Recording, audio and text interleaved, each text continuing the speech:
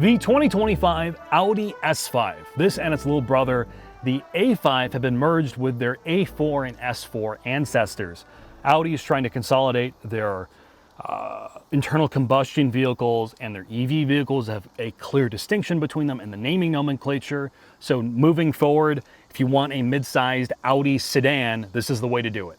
An S5 or A5. And technically, at least here in the US, this is a liftback, where in Europe you can get it as a liftback or a dedicated wagon, also known as an Avant. These vehicles, along with their cousins, the Q5 and SQ5, are on Audi's latest platform, premium platform combustion, which from a technical perspective, we're gonna walk through in the shop. But what you do know is it has lots of screens on the interior, the latest software, and it's physically bigger than it used to be. It's longer, wider, and taller, and has more interior volume than the old S5 Sportback, for example. Now, pricing. The S5 starts in the low 60s. It's right in line with the M340i and M340i xDrive. Fully loaded like this car is, you're looking at the mid 70s, like 73, 74. If you have some of the first edition stuff, which honestly you shouldn't get, it pushes it all the way up to $80,000. Now, let's talk about the elephant in the room, all of the screens. You have 3 giant screens in this car if you fully load it. You have 2 screens technically for the driver and a 3rd screen for the passenger. They've consolidated the center infotainment for this generation into 1 screen, where in the past you had a lower screen for your HVAC. We just got out of an RSQ8, which is on MLB Evo, the outgoing platform technically, where they split up the infotainment. I think this is honestly easier to use than that car. While it looks worse, particularly with the 3 screens across the dashboard, I think it's more usable. I hate to admit that. The software is Android-based. It's fast-acting. As I've already mentioned, it has the latest safety suite, the latest ability to get OTA updates, and you have the latest driving aids when it comes to like lane keep assist, adaptive cruise control, and all the other safety aids. Now, from a passenger screen side of things, it has some entertainment features. You can look at YouTube while the driver is putting you around in traffic, and you can play mobile games. Now, when it comes to the audio system, these things can be equipped with a Bang & Olufsen audio system. They're very good, or not very good. They are reasonable for this class of vehicle, but it sounds better than it probably is because of how quiet this cabin is. You have standard acoustic front glass, you have optional acoustic glass in the back. Now, from a seating side of things and interior usability, because you lose the lower screen in this car versus the old Audi S5 and S4, you have opened up the dash a little bit, so you have more storage space. You have reasonable storage space in the doors. The rear seats fold down. You have a big trunk / hatch area, plenty of room for rear occupants. And the seats themselves in this car are excellent. They're heated, they're cooled, they're massaging them. The massage function's largely gimmick, and they look pretty good as well. And overall, the interior materials in this car are pretty good. I think they are a cut above a 3 Series, an IS500, or Cadillac, or really any of its other competitors, including the C-Class from Mercedes. It almost feels Porsche-like, which is a very, very high compliment for this Audi product. So with that, let's head in the shop and put this thing up on the left.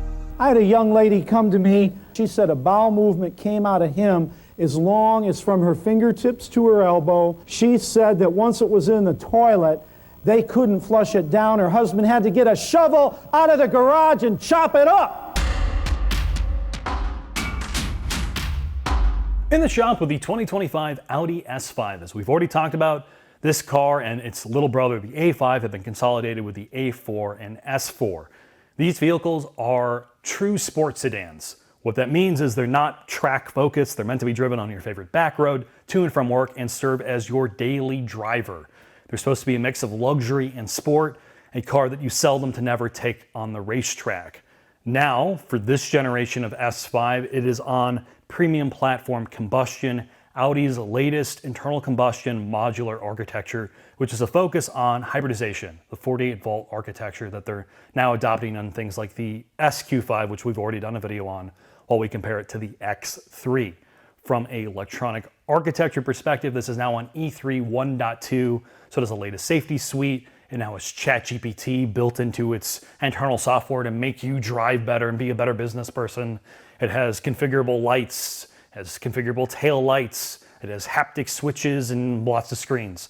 From a suspension perspective, what matters is they've optimized this modular platform. It can still be rear biased all-wheel drive, it can still be an SUV, it can be a sedan, it can be front-wheel drive in the base models, but they focus on what they do well, which is chassis dynamics. They're using the latest tire modeling. You have this optional, or a really standard, Bridgestone Potenza Sport, which is a sticky tire that they focused on grip levels and low rolling resistance with low noise.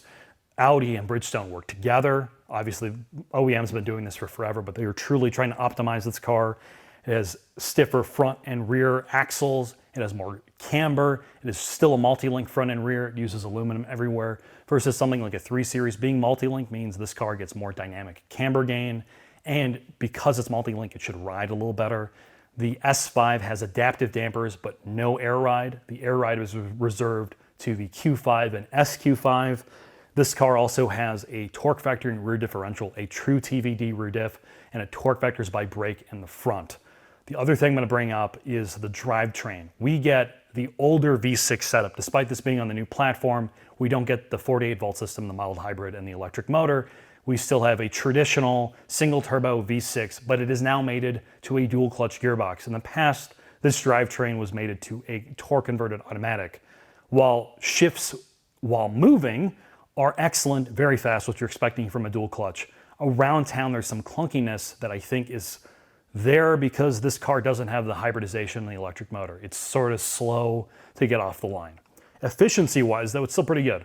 Round town, sub 20. On the highway, I drove this to and from Michigan. I got almost like 28.5 miles per gallon, averaging well above 70 miles an hour the whole time. The other thing I'll talk about is power levels. It makes over 400 foot-pounds of torque, and in the mid 360s for horsepower, it's good for 0 to 60 in the low 4s. So let's go take this for a quick drive.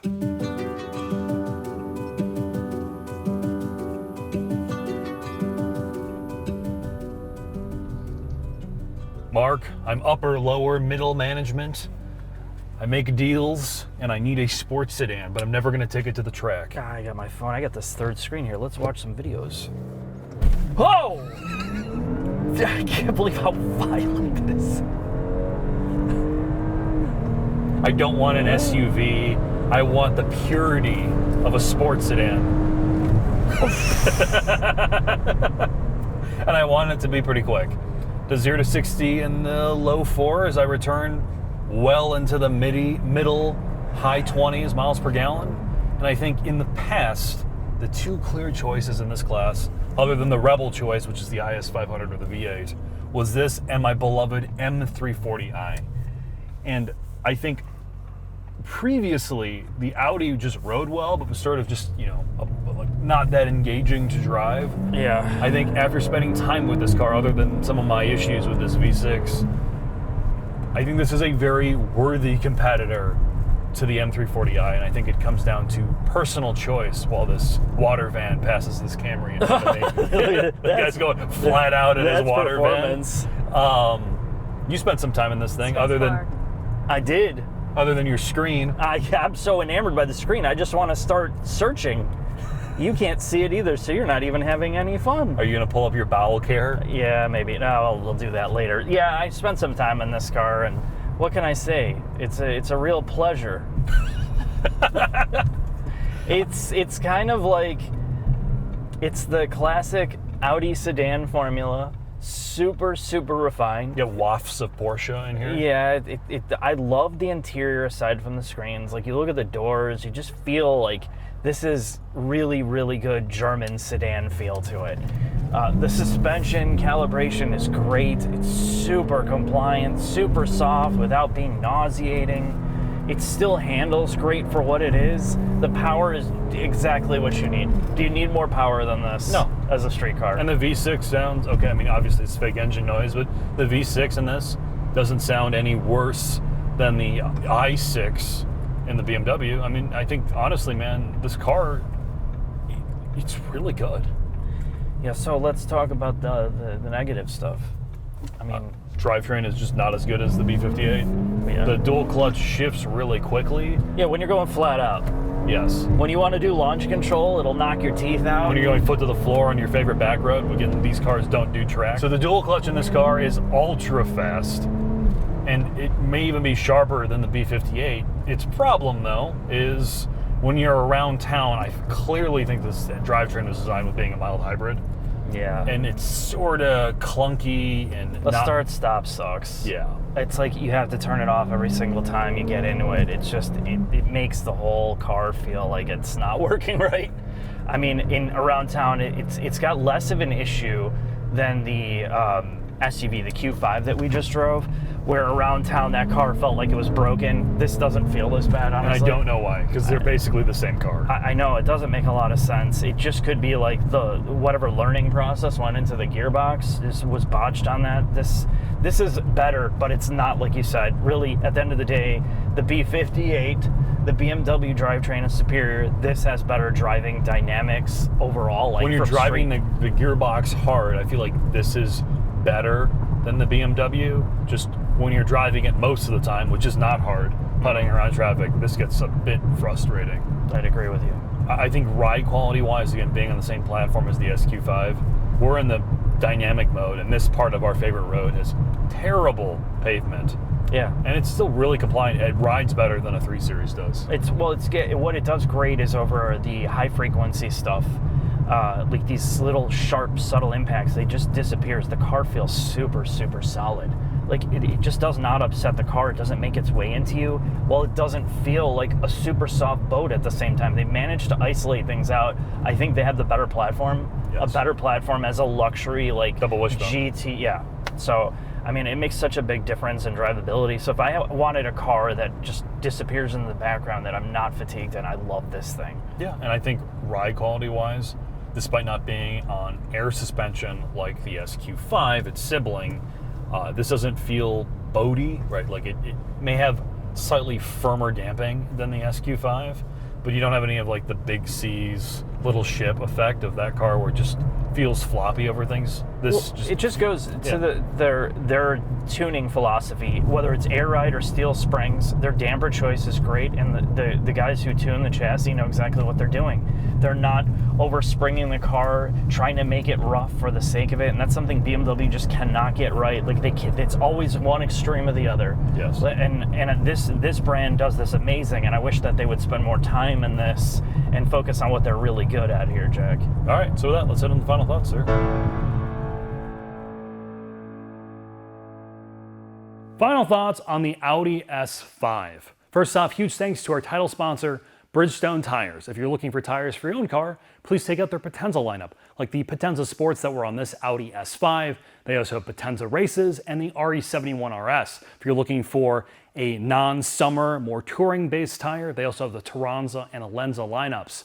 So what about the car itself? Well, the Audi S5 accomplishes the original goal of the sports sedan, not the track-focused sports sedan like the M3 or CT4V Blackwing or RS5 in the past, the traditional sports sedan, something that is engaging to drive on your favorite back road, something that's fun to take you to and from work and to your appointments, a luxurious ride that also can be this isolation chamber that feels like a very usable, nice place to be.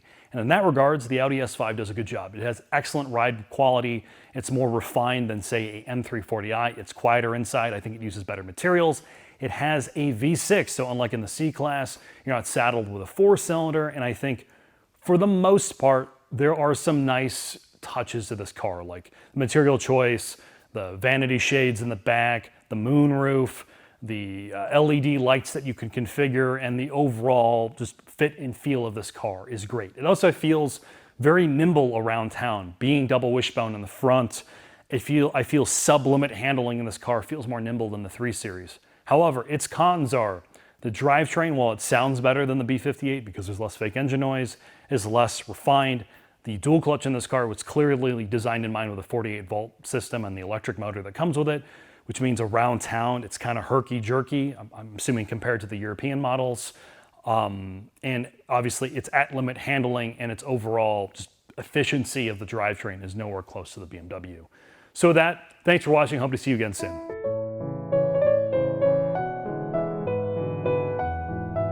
Okay, the bowel. So I'm going to tell you a little bit of my bowel history. Every Sunday, my dad used to go in the bathroom to have his bowel movement.